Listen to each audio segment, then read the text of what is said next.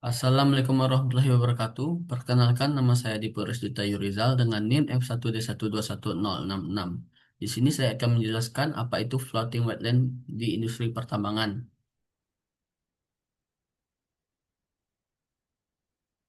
Jurnal yang saya ambil, yang pertama ada Andrawina dan kawan-kawan tahun 2020. Penerapan metode konstruksi wetland dalam upaya pengelolaan limbah air asam tambang.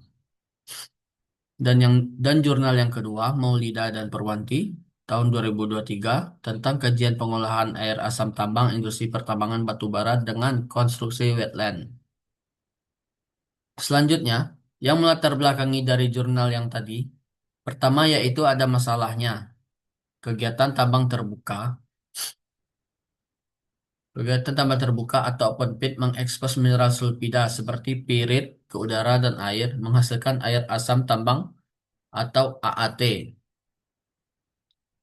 Adapun karakteristik dari AAT yaitu pH rendah, kedua konsentrasi logam berat tinggi, dan yang ketiga padatan tersuspensi tinggi.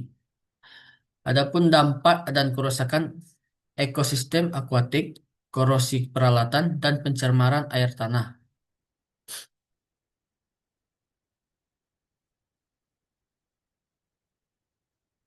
Mengenal konstruksi wetland, definisi sistem pengolahan air limbah yang dirancang untuk meniru proses alami yang melibatkan vegetasi atau tanaman air, media atau tanah, dan kumpulan mikroba.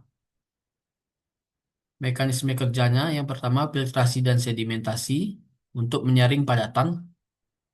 Kedua, fitoremediasi un- untuk tanaman menyerap logam berat melalui akar. Dan yang ketiga, pertukaran ion dan adsorpsi terjadi pada media filter. Keempat, presipitasi kimia. Peningkatan pH memicu logam mengendap.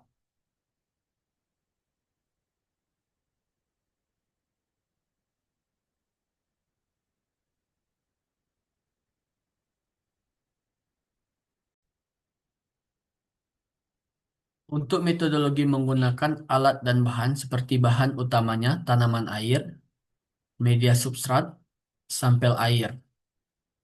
Dan alatnya bak reaktor, alat pengukur pH atau pH meter, spektrof, spektrofotometri, serapan atom atau AAS untuk cek kadar logam.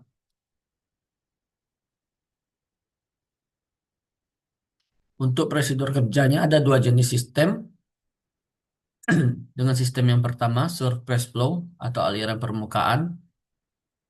Dan yang kedua, subsurface flow, aliran bawah permukaan. Yang mana dapat kita lihat di sini, jenis sistem surface flow.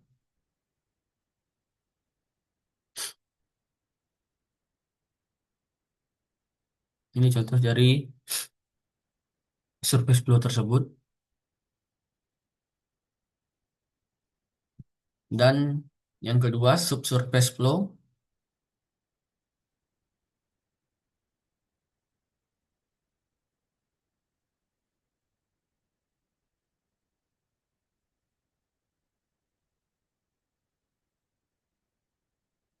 Untuk hasil efisiensi penyisihan logam Fe dan Mn. Pada Fe, konsentrasi awal dapat mencapai lebih dari 50 miligram per liter. Kedua, efisiensi penurunan mencapai 90% sampai 99%. Dan untuk graf dan untuk mangan, penurunan sekitar 60% sampai 80% lebih sulit disisihkan dibanding Fe tersebut. Dan untuk grafik tren, semakin lama waktu tinggal, maka presentasi penurunan logam berat akan semakin stabil dan tinggi. Adapun pembahasan dan implikasinya, sinergi tanaman dan mikroba, tanaman tidak hanya menyerap logam tetapi juga menyediakan oksigen bagi mikroba di rizosfer untuk mengoksidasi logam. Keberlanjutan, metode ini merupakan solusi jangka panjang karena tidak memerlukan penambahan bahan kimia atau koagulan flokulan secara terus-menerus seperti pada active treatment. Implikasi, Industri tambang dapat memenuhi baku mutu lingkungan dengan biaya operasional yang lebih rendah. Adapun keunggulan pada metode ini, yang pertama biaya konstruksi dan operasionalnya rendah, dan yang kedua ramah lingkungan dan estetis. Ketiga, mampu menyisihkan berbagai jenis polutan sekaligus.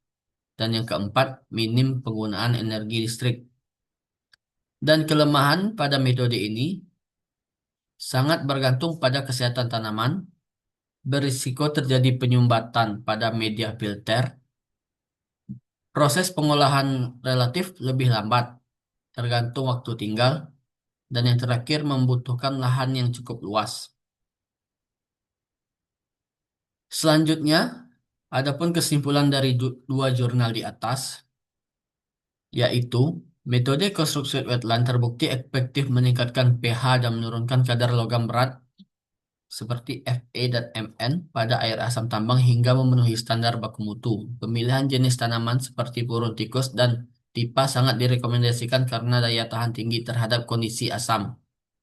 Kombinasi media organik dan anorganik menjadi kunci keberhasilan netralisasi keasaman. Sekian presentasi dari saya, lebih kurang saya mohon maaf.